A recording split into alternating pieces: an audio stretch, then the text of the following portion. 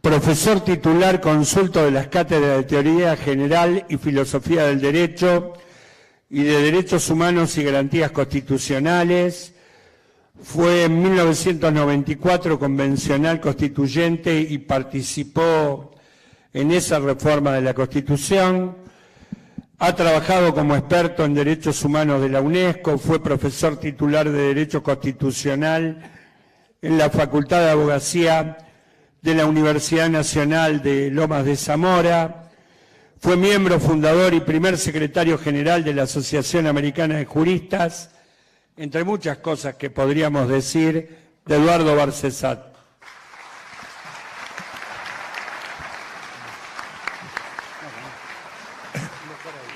Sí, sí. Bueno, buenas tardes. Agradezco la presencia multitudinaria en esta sala auditorio y especialmente la organización de este evento, la inquietud de convocar por este tema y el trabajo y el esfuerzo que sabemos que significa la función organizativa que encabezamos en la persona de Luis D'Elia. A la pregunta de si hay un Plan Cóndor II, más allá del nombre que se le ponga, la respuesta es afirmativa. Estamos en estado de excepcionalidad institucional y esto vamos a tratar de fundarlo no por una mera cuestión de ánimo o de diferencia política respecto de este gobierno, sino mostrando como paralelo al derrumbe económico y al fracaso del plan, fracaso para el pueblo y éxito o buen éxito para quienes son sus beneficiarios. Esto tiene que estar claro. Hay un derrumbe del Estado de Derecho, de las instituciones, de la división de poderes, que es lo que permite afirmar con fuerza normativa y dogmática que sí estamos en situación de excepcionalidad institucional y que tenemos que examinarlo y ver la vía de salida para recuperar un proyecto nacional, popular, democrático, inclusivo y de justicia social, ¿no? Bueno, ¿cómo arranca este gobierno? Bueno, arranca primero vía decretos, cataratas de decretos, algunos de necesidad y urgencia, otros decretos simples, y muestra, diría yo, el paño desde el inicio, cuando lo primero que ataca es la parte molesta de la Ley de Medios de Comunicación Audiovisual. Inmediatamente después se dicta un decreto que fue anunciado a la sociedad como de necesidad y urgencia, pero que cuando aparece 8 días después publicado en el Boletín Oficial, resulta que era un decreto simple, el decreto de emergencia en seguridad interior, donde con un lenguaje fuertemente castrense se establece que hay 45 figuras que afectan la seguridad interna y que por lo tanto autorizan protocolos de prevención y represión particulares a cargo de las fuerzas de seguridad.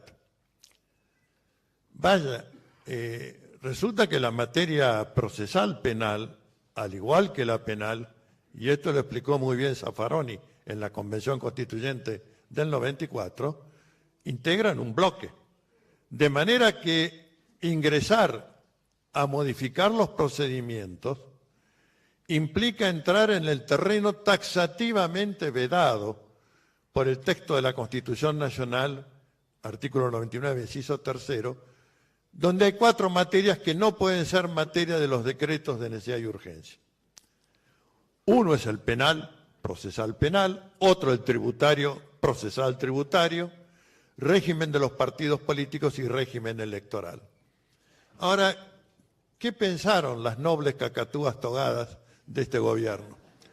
Dijeron, caray, si esto hay que mandárselo al Congreso, por ahí no pasa, entonces hagámoslo como decreto simple. Es decir, lo que debiera ser la facultad menor es potenciada a la capacidad mayor de modificar leyes de la nación y en materia penal, y que introduce esta ley del derribo de los vectores hostiles, esa es la expresión, vectores hostiles, que pueden ser aéreos, pueden ser marítimos y pueden ser terrestres, y tuvo su bautismo de fuego cuando mandaron a pique a un pesquero chino. Claro, después vino otro pesquero también en nuestras aguas jurisdiccionales, pero como era español, ese fue preservado y custodiado para que saliera tranquilo e indemne. Ni siquiera le decomisaron la mercadería. Bueno, esas diferencias que hay a veces en la aplicación del derecho. Lo impugnamos esto y colectó un voto realmente maravilloso del doctor Eduardo Freiler, que dijo que no solamente era nulo el decreto por avanzar sobre potestades que son exclusivas y excluyentes del Poder Legislativo de la Nación, sino que era un delito. Claro, fue el voto aislado del doctor Freiler. Y para impedirnos cuestionar el voto de los otros dos camaristas, que dijeron, uno que encontraba el decreto hermoso, el otro que dijo, y debe ser inconstitucional, pero vayan a lo contencioso administrativo. Deporte directo de los jueces de patearle a otro la pelota. Bueno, no pudimos llevarlo a una instancia superior porque, a pesar de que estaba encabezada la querella por la Liga Argentina por los Derechos del Hombre, que es históricamente la primera entidad defensora de derechos humanos en la Argentina, y firmaban el presidente y secretario general, el juez entendió que tenían que darse un poder a sí mismos para poder hacer la firma. Yo no conozco en el derecho que uno se otorgue un contrato a sí mismo, pero esto funcionó en la justicia y me lleva ya a formular una de las tesis importantes, diría, de esto, y es que estamos viviendo en sede judicial en una situación de anomia, es decir, no sabemos cuál es el derecho que se aplica. El derecho es lo que los jueces dicen que es en el momento que dictan sus resoluciones. Lo que estudiamos y enseñamos en esta facultad ha perdido en buena medida vigencia. Puede ser en el campo del derecho privado, el derecho comercial, siempre además que no tenga muchos ceros, porque a la medida que tiene muchos ceros a la derecha, ya también se tuerce el derecho.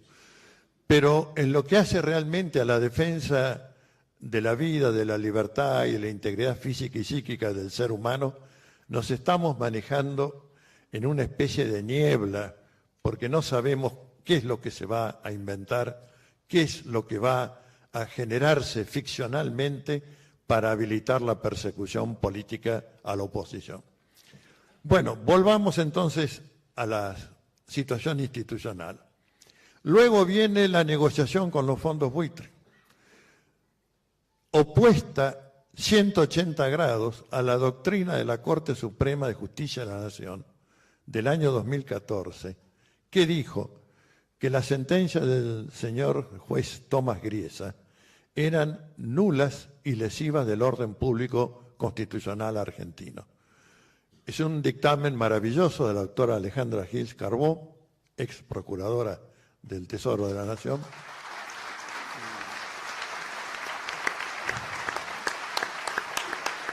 Bien se lo merece el aplauso, bien se lo merece. Y esto, y lo digo con orgullo, lo señalaron los peritos contadores de la Corte Suprema. Dijeron, en esta negociación se han fregado con la doctrina de la cabeza del Poder Judicial de la Nación, porque la Corte, después del año 2014, precedente Clarence Corporation, no dictó ningún fallo diciendo algo distinto. Pero lo más notable de esta causa, quiero hacerlo conocer, es que un testigo que se presentó espontáneamente, un arrepentido, como se dice, mencionó, investigue, juez, el 85% de los fondos buitre es de titularidad de argentinos. Creo que hoy tenemos ya colectada semiplena prueba de que efectivamente es así. Es decir, se han pagado a sí mismos. Pero a esto le siguió luego una catarata de contratación desenfrenada de deuda externa. En general, la deuda externa siempre viene con condiciones humillantes. Jurisdicción extranjera, ley extranjera. Pero esta es más humillante todavía, porque la Argentina renuncia a todo planteo de quita, de reestructuración, de pedido de baja en la tasa de intereses, todo se renuncia. No podemos decir ni pío. Claro, esto no está en el decreto, está en la resolución del Ministerio de Finanzas, que es una resolución de 500 páginas. Ahí está volcada esta inmundicia institucional, ¿no? Y tiene todavía un condimento más tenebroso. La Argentina renuncia a la inmunidad soberana sobre el conjunto de sus riquezas y recursos naturales y de las empresas estatales, sean nacionales, provinciales o locales.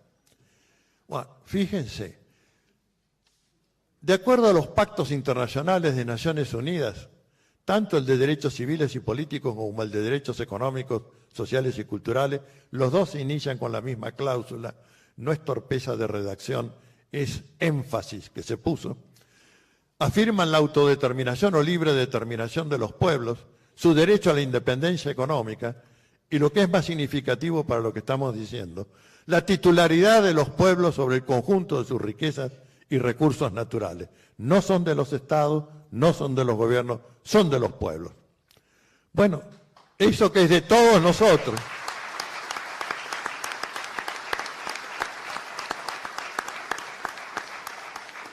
Y que además, de acuerdo a una cláusula de la Constitución, la titularidad primigenia le corresponde a las provincias, ninguno fue consultado y fueron puestos en resguardo del repago de la deuda externa impagable que está contrayendo este gobierno. Ahora, esto fue aprobado, me refiero a la negociación con los fondos UIT, fue aprobado en el Congreso. Por eso quiero comunicarles que la causa penal no solamente involucra al Poder Ejecutivo y funcionarios responsables del Poder Ejecutivo, sino a aquellos legisladores, diputados y senadores que dieron su voto para favorecer este quiebre de la soberanía legislativa y jurisdiccional argentina. Y además,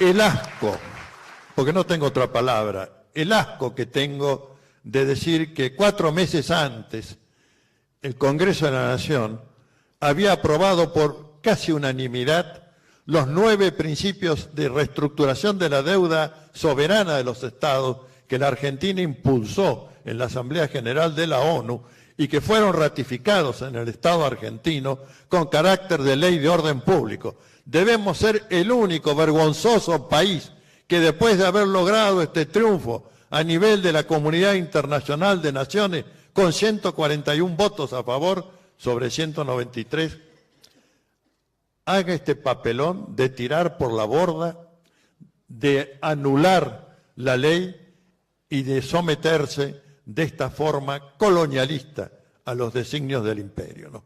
Sinceramente, da asco. Y que los legisladores hayan votado esto, más asco todavía.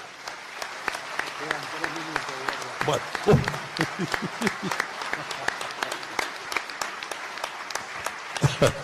Acá el tribunal acaba de comunicarme que me quedan 3 minutos. No sé si de vida o de exposición, pero bueno, no sé qué es peor. Bueno, muy rápidamente. El poder hoy día es un tríptico. Las empresas monopolistas transnacionales y sus filiales, los medios hegemónicos de comunicación social, que son los que insuflan la normalidad, entre comillas, para el sometimiento y la domesticación del pueblo argentino, y esa pata podrida del Poder Judicial, que es el que tutela los privilegios y que esto continúe funcionando y que solamente esté para perseguir a la oposición política en procesos ficcionales que realmente no resistirían el menor análisis de ningún juez del mundo. Bueno, de aquí cómo se sale. Eso decía, le preguntaba Alicia en El País de las Maravillas al gran gato. Y el gran gato sabio decía, depende de dónde quieras ir.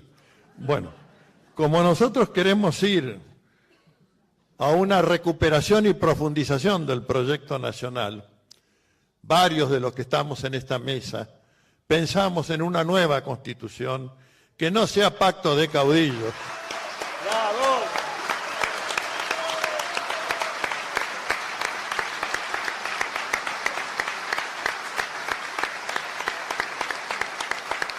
que me descuenten el tiempo de los aplausos. Bueno, entonces para esa nueva Constitución yo quiero aportar, ya lo he entregado al Foro por una Nueva Constitución, que tenemos el honor acá de estar con Zaffaroni, con Rosansky, y esperamos, bueno, una sumatoria importante. Me permití hacer un anteproyecto de preámbulo para una nueva Constitución. Y lo voy a leer. Es breve. La nación argentina, surgida de las luchas por la independencia nacional y del continente suramericano, reconociendo y valorando a los pueblos originarios que poblaron su territorio y el continente que integra, adopta la forma republicana, representativa y federal para su gobierno, en base al principio de soberanía del pueblo, fuente de toda legitimidad política y su derecho a la autodeterminación y a la independencia económica. La nación argentina es multiétnica, respetuosa del pluralismo cultural y de creencias, con igualdad para todos sus habitantes, fundada en una justa distribución de la riqueza y de la capacidad para el acceso y satisfacción de los derechos humanos, civiles y políticos y económicos, sociales y culturales.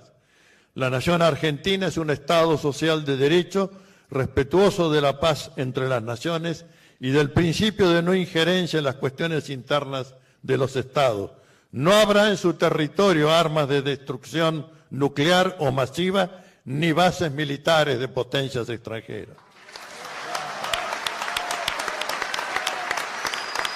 La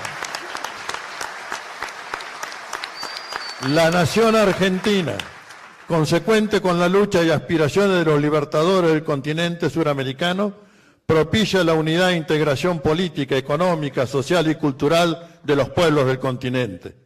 La nación argentina ejerce su soberanía, la que se asienta en su territorio continental, el de las Islas Malvinas y del Atlántico Sur y sector antártico. Ejerce dominio pleno, imprescriptible y irrenunciable sobre dicho territorio, así como sobre el mar territorial y el espacio aéreo sobre el territorio continental de las islas, sector antártico y su mar territorial. El plano que demarca la soberanía territorial de la nación argentina es de uso obligatorio en toda la administración pública y en la enseñanza pública o privada en todos sus niveles. Los símbolos de la nacionalidad son la bandera argentina, el escudo nacional y el himno nacional generados en su decurso histórico. Es deber y compromiso del gobierno federal, de los gobiernos de la provincia, de la ciudad autónoma de Buenos Aires y de los municipios, la defensa y resguardo de la soberanía política, la independencia económica y la justicia social. Ello para todos los seres humanos de buena voluntad que habitan o quieran habitar el territorio de la nación argentina. Muchas gracias. La rompiste.